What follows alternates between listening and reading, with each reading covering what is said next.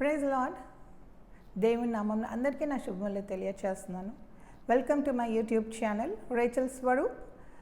నా పేరు రేచల్, మా వారి పేరు స్వరూప్, అందుకని ఈ ఛానల్ పేరు రేచల్ స్వరూప్ అని పెట్టాను. అంతకుముందు నేను కొన్ని వీడియోస్ చేశాను, మధ్యలో గ్యాప్ వచ్చింది. అయితే దేవుడు నాతో మాట్లాడుతూ ఉన్నారు. నేను నీలో పెట్టిన ట్రెజర్ని, నేను నీతో మాట్లాడే మాటల్ని అలా నువ్వు వదిలేయద్దు, అది అందరికీ తెలియచేయని పదే పదే దేవుడు, పరిశుద్ధాత్మ దేవుడి ద్వారా నాకు తెలియచేస్తున్నారు. కాబట్టి మరలా నేను వీడియోస్ చేయడం మొదలుపెట్టాను. లాస్ట్ వీక్ నేను చేసిన వీడియో అన్ఎక్స్పెక్టెడ్ ఎండ్ ఎంతమంది అయితే చూసారో అందరూ గురించి నేను దేవునికి ప్రార్థన చేస్తున్నానండి. దేవా, ఈ మాటలు అందరి జీవితాల్లో ఫలించాలి అని. తప్పకుండా దేవుడు మీ జీవితాల్లో ఏదైతే మీరు ఆశిస్తున్నారో దానికి ఒక ఎక్స్పెక్టెడ్ ఎండ్ అనేది దేవుడు ఇస్తారు. Believe me. తప్పకుండా ఏదైతే మీరు ప్రార్థన చేస్తున్నారో అది మీరు పొందుకొని చూస్తారు ఒక టైం తర్వాత. రైట్, ఈరోజు ఈ వీడియోలో దేవుడు నాతో మాట్లాడినవన్నీ కూడా ఇంకొక వీడియోలో నేను పెడుతున్నాను. టాపిక్ మీరు చూశారు కదా, do you know your God? So ఇదే క్వశ్చన్ దేవుడు నాతో మాట్లాడారు. అంటే నన్ను అడిగారు ఒక విషయం, ఒక సమస్య గురించి ఊరికి ఏడుస్తూ ఏంటి తండ్రి అని అడుగుతూ ఉంటే, అసలు నువ్వు నన్ను ఎరిగి ఉన్నావా అని దేవుడు నాతో మాట్లాడి ఈ వాక్యాన్ని నాకు చూపించారు. దానియేలు గ్రంథము 11వ అధ్యాయము 32వ వచనము సెకండ్ లైన్ అండి, నేను చదువుతున్నాను. అయితే తమ దేవుని ఎరుగువారు బలము కలిగి గొప్ప కార్యములు చేసెదరు. అయితే తమ దేవుని ఎరుగువారు బలము కలిగి గొప్ప కార్యములు చేసెదరు. ఇంగ్లీష్లో గొప్ప కార్యములు అనే చోట ఎక్స్ప్లాయిట్స్ అనేది ఉంది. ఎక్స్ప్లాయిట్స్ అంటే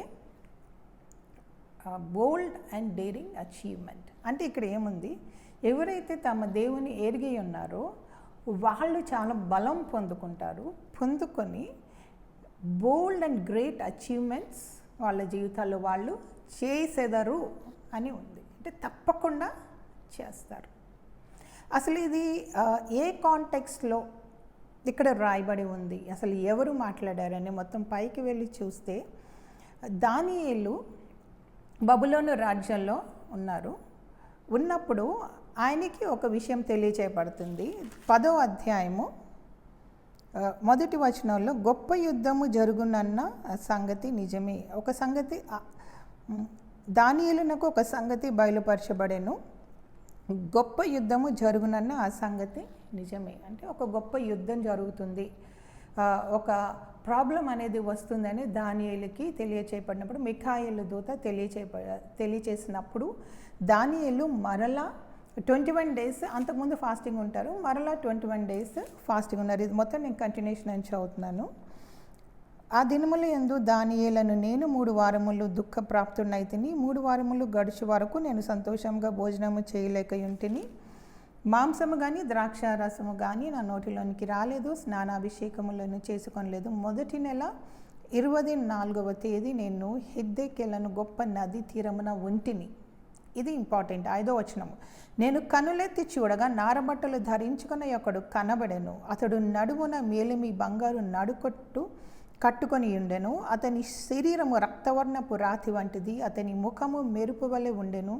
అతని కన్నులు జ్వాలామయమైన దీపములను, అతని భుజములను పాదములను తలతలలాడు ఇత్తడిని పోలి ఉండెను.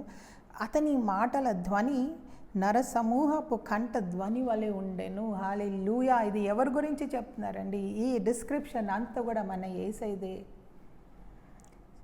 బైబిల్ పండితులు పాత నిబంధనలో కూడా అక్కడక్కడ యేసయ్య కనిపించారని చెప్తూ ఉంటారు. దాంట్లో ఒక ఇన్సిడెంట్ ఇక్కడ. అయితే దానియేలుకి స్వయాన యేసయ్య దర్శనాల్లో వచ్చి, ఎందుకంటే దానియేలు తన ప్రజల నిమిత్తమై, ఇశ్రాయేల్ ప్రజల నిమిత్తమై, దేవుని బిడ్డల నిమిత్తమై ఉపవాసం ఉండి ప్రార్థన చేస్తూ ఉన్నారు. కాబట్టి స్వయాన యేసయ్య ఆయనకి దర్శనాల్లో వచ్చి ఈ 10వ అధ్యాయము 11వ అధ్యాయం మొత్తం యేసయ్య రాబో సంగతుల గురించి దానియేలుకి చెప్తూ ఉంటారు. సో ఇప్పుడు నేను చదివిన ఈ వచనం కూడా ఆ కాంటెక్స్ట్లోనే. సో నెక్స్ట్ ఏం జరుగుతుంది? యుద్ధం జరుగుతుంది, ముగ్గురు రాజులు వస్తారు, తర్వాత ఇంకొక రాజు వస్తాడు, ఉత్తర దేశపు రాజు కింగ్ ఆఫ్ నార్త్ అని ఆయన వచ్చి పరిశుద్ధ నిబంధనకు విరోధి అయి 11 అధ్యాయం 28 వచనంలో ఆ కింగ్ ఆఫ్ నార్త్ ఉత్తర దేశపు రాజు ఎవరైతే ఉన్నాడో ఆయన చాలా నాశనాన్ని తీసుకొస్తాడు. ముఖ్యంగా దేవుని బిడ్డలకి ఆయన అగేన్స్ట్గా ఉంటాడు. పరిశుద్ధ నిబంధనకు విరోధి అయి ఇష్టానుసారంగా జరిగిస్తూ ఉంటాడు అని చెప్తూ ఈ వచనం దగ్గరికి వచ్చేసరికి 32 వచనంలో దేవుడు ఏం చెప్తా ఉంటాడు, 32 వచనంలో అందుకతడు ఇచ్చకపు మాటలు చెప్పి నిబంధనను అతిక్రమించిన వారిని వశపరుచుకొనును. ఆ ఉత్తర దేశపు రాజు ఫ్లాటరీ మంచి మాటలు మాట్లాడి కొంతమంది దేవుని బిడ్డల్ని ఆయన వశం చేసేసుకుంటారు, చాలా బ్యాడ్ జరుగుతుంది అని చెప్పి, అయితే తమ దేవుని ఎరుగువారు బలము కలిగి గొప్ప కార్యములు చేసేదరు అని దేవుడు దానియేలుకి చెప్తున్నారు. ఎన్నో జరుగుతాయి రానున్న దినాల్లో, చాలా నాశనం జరుగుతుంది. దేవుని బిడ్డలకి అగేన్స్ట్గా ఉన్న వాళ్ళు వస్తారు, బైబిల్కి అగేన్స్ట్గా మాట్లాడే వాళ్ళు వస్తారు. అయినప్పటికీ కూడా దేవుడు ఏం చెప్తున్నారంటే those who do know their God, వాళ్ళు ఎప్పుడు స్ట్రాంగ్గానే ఉంటారని, వాళ్ళు ఎక్స్ప్లాయిట్స్ అంటే డేరింగ్ అండ్ బోల్డ్ అచీవ్మెంట్స్ వాళ్ళు చూస్తారు అని దేవుడు ఇక్కడ చెప్తున్నారు. దేవుని ఎరగడం అంటే ఏంటి, అసలు మనం ఏం చేయాలి? కీర్తనల గ్రంథము 53వ అధ్యాయము 2వ వచనంలో ఉంటుంది, వివేకము కలిగి దేవుని వెదుకువారు కలరేమో అని దేవుడు ఆకాశము నుండి నరులను పరిశీలించెను. వివేకము కలిగి మనం దేవుని వెతుకుతూ ఉండాలి. యేసయ్యని స్వంత రక్షకునిగా అంగీకరించాం కదా, బ్యాప్టిజం తీసుకున్నాం కదా, అంతటితో అయిపోలేదండి. అక్కడి నుంచి యాక్చువల్గా మన జర్నీ అనేది మొదలవుతుంది. అప్పుడు నుంచి మన వివేకము కలిగి దేవుడు పైనుంచి చూస్తూ ఉంటారంటే ఎవరు నన్ను వెతుకుతూ ఉంటారో, ఒక మంచి విజ్డమ్తో అండర్స్టాండింగ్తో నేను నా దేవుని తెలుసుకోవాలని ఎవరు నా కొరకు చూస్తూ ఉంటారో, నాకు ఏం కావాలి, నాకు ఇష్టమైంది ఏంటి అని ఎవరైతే ఎవరు నన్ను వెతుకుతూ ఉంటారో అని దేవుడు పైనుంచి పరిశీలన చూస్తూ ఉంటారంట. దేవుడు ఆకాశము నుండి చూచి నరులను పరిశీలించెను. నేను బ్యాప్టిజం తీసుకున్న రోజున చాలా సంతోషంగా ఉన్నాను. ఆ రోజు ఒక నూతన సృష్టి అంటే అదే కదండి, మన పాత వ్యక్తి చనిపోతాడు, మనం నూతనంగా చేయబడతాం. అయితే ఆ రోజు నేను ఎంతో సంతోషంగా, ఎంతో ఉత్సాహంగా, ఇది నా మనసులో నేను దేవుణ్ణి అడుగుతూ ఉన్నా, దేవా నేను ఏం చేయాలి, ఇప్పుడు నేను ఏం చేయాలి అని అడుగుతూ ఉన్నాను. అండ్ ఆఫ్టర్నూన్ నేను పడుకున్నప్పుడు ఫర్ ది ఫస్ట్ టైం చాలా క్లియర్గా నాకు ఒక వాయిస్ అనిపించింది.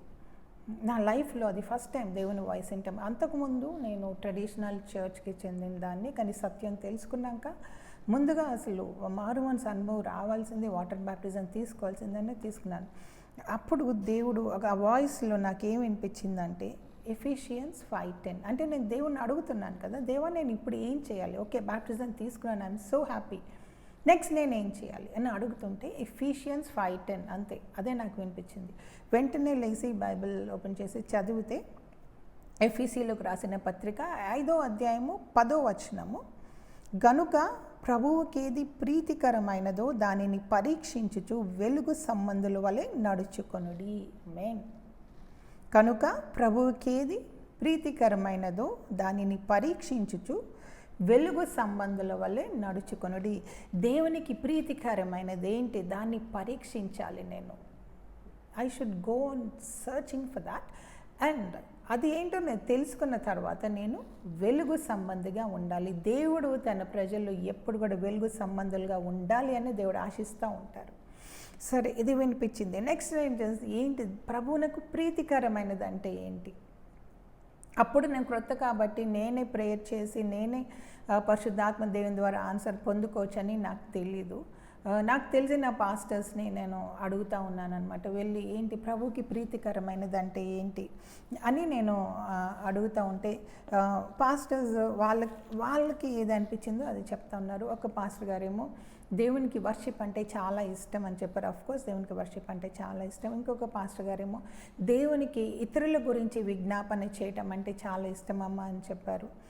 అది కూడా దేవునికి ఇష్టమైనది. కానీ వాళ్ళు చెప్తున్నప్పుడు నా స్పిరిట్లో ఎస్ దేవుడు నాకు చెప్పింది ఇదే అని నాకు అనిపించలేదు. కానీ ఫైనల్గా నేపాల్లో సేవ చేసిన ఒక అన్నయ్య వచ్చి ఆయన అడిగినప్పుడు ఆయన చెప్పారు, దేవునికి ఇష్టమైనది ఏంటి అంటే తన బిడ్డలు యేసయ్య పోలికలో మార్చబడటము, ఆయన స్వరూపంలోకి మార్చబడటం అని ఆయన నాకు చెప్పారు. అప్పుడు ఎస్ ఆ కన్విక్షన్ నాకు వచ్చింది నా హృదయంలో, దేవుడు నాకు చెప్పేది ఇదే అని. అంటే ప్రభువుకి ప్రీతికరమైనది ఏంటి? మనము యేసయ్య పోలికగా మార్చబడటము. పోలిక అంటే ఏంటి? Nature of God.